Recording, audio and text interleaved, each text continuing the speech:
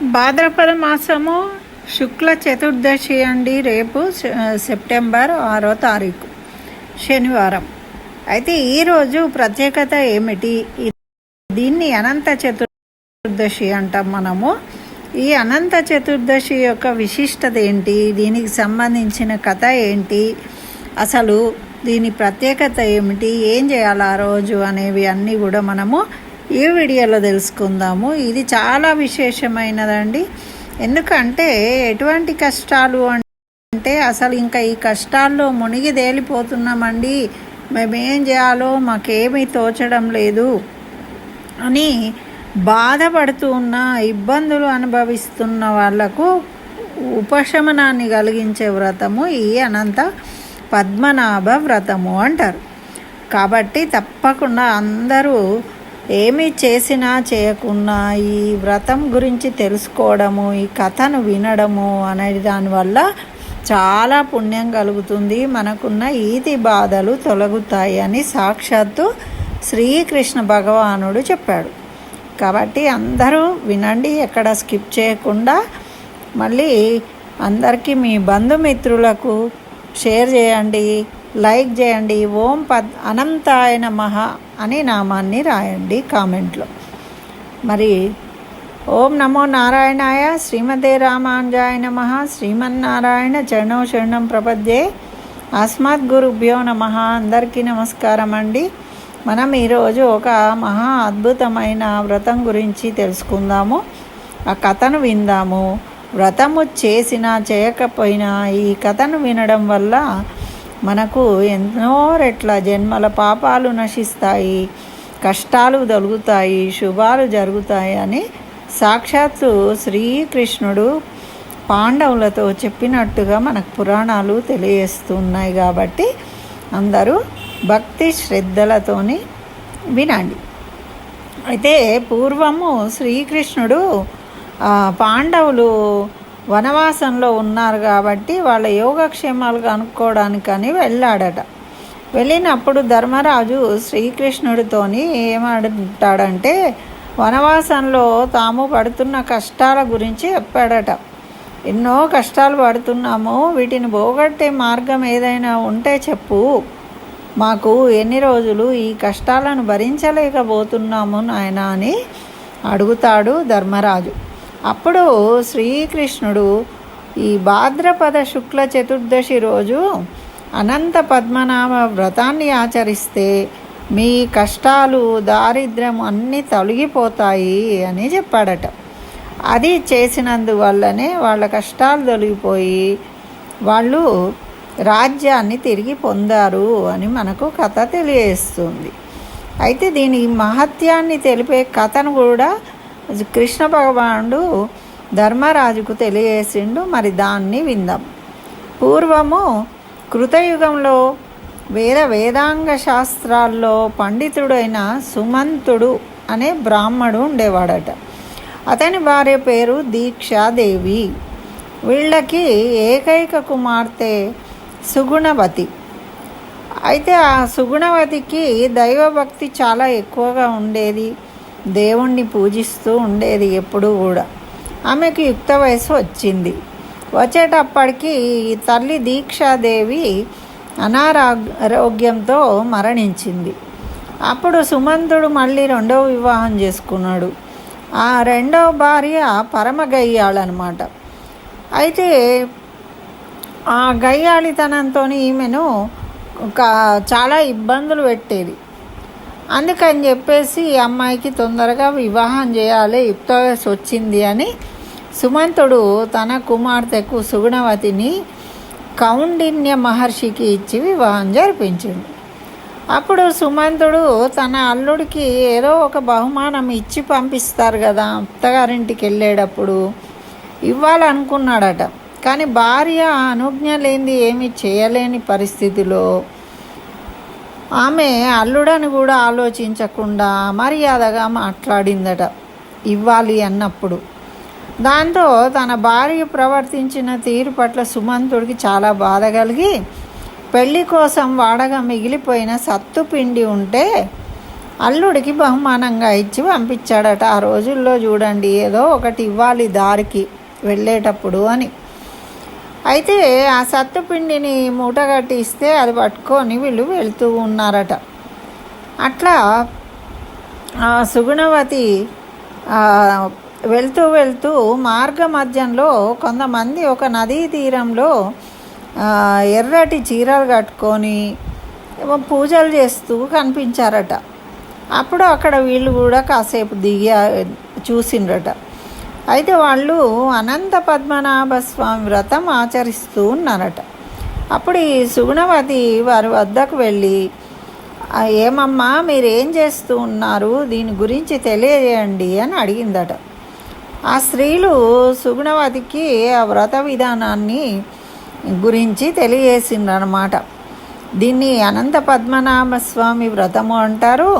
దీన్ని భాద్రపద మాసం శుక్ల చతుర్దశి రోజు ఆచరించాలి. అదే మేము ఇక్కడ ఆచరిస్తూ ఉన్నాము. అయితే ఈ వ్రతము ఆచరించాలి అనుకునే వాళ్ళు పవిత్రంగా స్నానం చేసి ఎర్రటి చీరను ధరించి ఈ వ్రతం ఆచరించే ప్రదేశాన్ని చక్కగా గోమయంతో అలికి ముగ్గులు పెట్టుకొని పూలు పత్రాలతో అలంకరించాలి. వేదికకు దక్షిణ భాగంలో కలశాన్ని పెట్టాలి. అలాగే వేదికకు మరో భాగంలో యమునాదేవిని, మధ్య భాగంలో దర్భలతో తయారు చేసిన సర్పాకృతిని ప్రతిష్ఠించుకోవాలి. అందులో శ్రీ అనంత పద్మనాభ స్వామిని ఆవాహన చేసుకోవాలి. మామూలుగా షోడశోపచార పూజలు చేయాలి, అర్చన చేయాలి. ఈ విధంగా ఈ వ్రతం ఆచరించే సమయంలో పూజకు అవసరమైన ద్రవ్యాలు 14 రకాలు తెచ్చుకోవాలట. ఎందుకు అంటే ఇది చతుర్దశి అంటే 14వ రోజు. అందుచేత అన్నీ 14 రకాల ఆకులు, 14 పూలు, 14 ఇలా అన్నీ కూడా 14 తెచ్చుకోవాలి. ఈ వ్రతం గురించి తెలుసుకుంది సుగుణవతి. వెంటనే వారితో కలిసి నేను కూడా ఈ వ్రతం చేసుకుంటాను అని చెప్పిందట. అలాగే వాళ్ళ సహకారంతో ఈమె పద్మనాభస్వామి వ్రతం చేసుకుంది. తన తండ్రి భర్తకి బహుమతిగా ఇచ్చిన సత్తుపిండి ఉంది కదా, దాంతోనే అరిసెలు బూరెలు చేసింది. ఆ 14 చేసి వాటిని బ్రాహ్మడికి వాయనం ఇచ్చింది. ఆ వ్రతం చక్కగా సంపూర్ణం చేసుకుంది. అయితే సుగుణవతికి అఖండమైన ఐశ్వర్యం ప్రాప్తించింది. ఎలాగా అంటే వీళ్ళు ఈ వ్రతం చేసుకొని అందులో ఒక తోరం ఉంటుంది, కంకణం, 14 ముళ్ళు వేసిన కంకణం ఉంటుంది. దాన్ని పూజించి ధరించుకోవాలి. అది చాలా మళ్ళా సంవత్సరం అది చేసే వరకు దానంతటా అది పోతే పోనీయాలి, కానీ లేకుండా మనము తీయకూడదట. అలాంటి ఒక తోరణాన్ని ఆమె ధరించి వచ్చేసింది. అయితే ఎప్పుడైతే వీళ్ళు ఈ విధంగా వ్రతం కంప్లీట్ చేసుకొని ఊర్లోకి వెళ్తూ ఉన్నారో, అయితే అప్పుడు అందరూ వీళ్ళను ఆహ్వానించడము, గౌరవించడము, కౌండిన్య మహర్షిని ఆ రకంగా వాళ్ళు త్వరలోనే ఐశ్వర్యవంతులు అయిపోయినరు. చాలా ఆనందంగా ఉంటూ ఉన్నారు. ఈ వ్రత మహత్యంతో వాళ్ళ కష్టాలన్నీ తీరిపోయినాయి. అయితే అలా ఉన్నప్పుడు మళ్ళీ సంవత్సరం వచ్చింది. అదేవిధంగా ఈ సుగుణవతి వ్రతం ఆచరించి చేతికి తోరం కట్టుకొని భర్త ఆశీస్సుల కోసం దగ్గరికి వచ్చిందట. వెంటనే కౌండిన్యుడు చేతికున్న తోరాన్ని చూసి కోపంగా, ఎవరిని ఆకర్షించడానికి నువ్వు చేతికి కట్టుకున్నావు, ఇది తీసేయి అని తీసేసి విసిరి కొట్టాడట. గర్వంతో, గర్వంతో కౌండిన్యుడు చేసిన పని వల్ల నెమ్మదిగా కష్టకాలం మొదలైంది. కాలక్రమేణా దరిద్రులుగా మారిపోయినరు. దీంతో కౌండిన్యుడి మనసులో పశ్చాత్తాపం మొదలైంది. అయ్యో నిజమే, అప్పుడు ఆమె చెప్తుంది, సుగుణవతి ఎంత చెప్పినా కూడా ఈయన అర్థం చేసుకోక గర్వంతో అలా విసిరి పడేస్తాడనమాట. అప్పుడు పశ్చాత్తాపడతాడు. ఇదంతా అనంత పద్మనాభ స్వామి వారిని దర్శించాలని అనుకొని పద్మనాభ స్వామిని అన్వేషించుకుడు బయలుదేరుతాడట. ఎక్కడ కనిపిస్తాడండి? అప్పుడు మార్గ మధ్యంలో పళ్ళతో నిండుగా ఉన్న మామిడి చెట్టుపై ఎలాంటి పక్షి వాలకపోవడం చూసి ఆశ్చర్యానికి గురవుతూ ఉన్నాడట. అలాగే పచ్చడి పొలంలోకి వెళ్లకుండా దూరంగా మేస్తున్న ఆంబోతుని చూస్తూ ఉన్నాడట. పద్మాలతో నిండిన సరోవరంలోకి దిగకుండా గట్టుపైన నిలబడి ఉన్న జలపక్షులను చూస్తూ ఆశ్చర్యపోతూ ఉన్నాడట. ఈయన వెళ్ళే దారిలో ఇవన్నీ కనిపిస్తున్నాయి ఆయనకి విచిత్రాలు. అవన్నీ చూసి ఈయనకి తిండి లేక సొమ్మసిల్లి పడిపోయిందట. అట్లా అనంత పద్మనాభ స్వామిని అన్వేషించుకుంటూ వెళ్తున్నప్పుడు ఓ ప్రదేశంలో సొమ్మసిల్లి పడిపోయినప్పుడు అనంత పద్మనాభ స్వామి కౌండిన్యుడిపై జాలి కలిగి ఒక వృద్ధ బ్రాహ్మణుడి రూపంలో అతని దగ్గరికి వచ్చి లేపాడట. స్వామివారు కౌండిన్యుడికి సపర్యలు చేసిండు. చూడండి భగవంతుడు ఎలా ఉంటాడు, మనని ఎప్పుడూ రక్షించడానికి సిద్ధంగా ఉంటాడనమాట. అట్లా చేసి సేద తీర్చిన తర్వాత ఆయనకి నిజరూపంతో దర్శనమిచ్చాడట పద్మనాభ స్వామి. అప్పుడు కౌండిన్యుడు అనంత పద్మనాభ స్వామి వారిని అనేక విధాల స్తుతించాడు. తన దౌర్భాగ్యాన్ని తొలగించు అని వేడుకున్నాడు. అయితే అప్పుడు ఆ స్వామి అనుగ్రహించాడట. అలా ఆ స్వామి అనుగ్రహించాడు. ఈయన చెప్పిన వరానికి అంగీకరించాడు కూడా.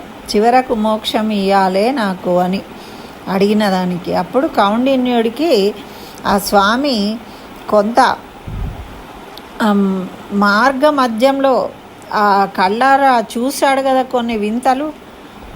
అప్పుడు అవన్నిటి గురించి స్వామివారిని అడిగాడట. దానికి స్వామివారు బదులిస్తూ, ఓ బ్రాహ్మడా, తాను నేర్చుకున్నది ఏదైనా విద్యను ఇతరులకు దానం చేయని వ్యక్తి అట్లా ఒంటరి మామిడి చెట్టుగా మిగిలిపోతాడు.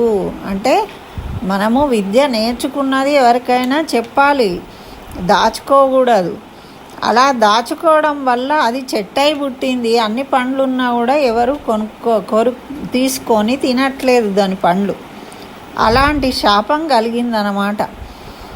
అది బాధపడుతూ ఉంది ఆ చెట్టు పాపం.